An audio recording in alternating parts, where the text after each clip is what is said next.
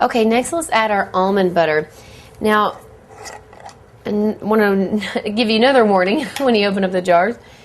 It may seem kind of runny on top. When you get an almond butter, it tends to settle a little more than just your typical run-of-the-mill peanut butter that you see on your grocery shelf. But there are a couple reasons for that. I won't get into all the reasons why it settles more.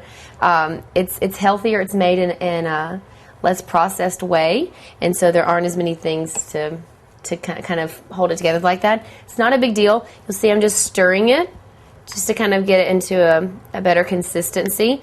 So when you open up your jar of almond butter, oh gosh, you can really smell the almonds. Just dig down deep and really stir everything up really well. So you'll just get the right consistency, and also make sure just everything in there, the oils with the almond butter and everything are mixed really well. So just stir this up really, really well. Just try to get all the way down to the bottom.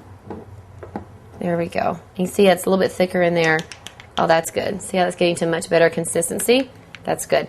And we are going to use 1/4 of a cup of this. There we go. All right. Just going to measure it out in my cup here. I have a whole lot on my spoon, so I want to use that.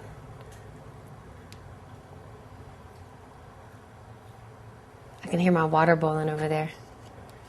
Okay. Oh, that's good. Right about 1/4 of a cup. Oh, and it's barely even sticking to the inside of my cup. I love that.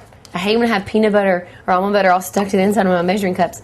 All right, so we have our cup of coconut oil and our 1/4 of a cup of almond butter in here. Don't you feel healthy already?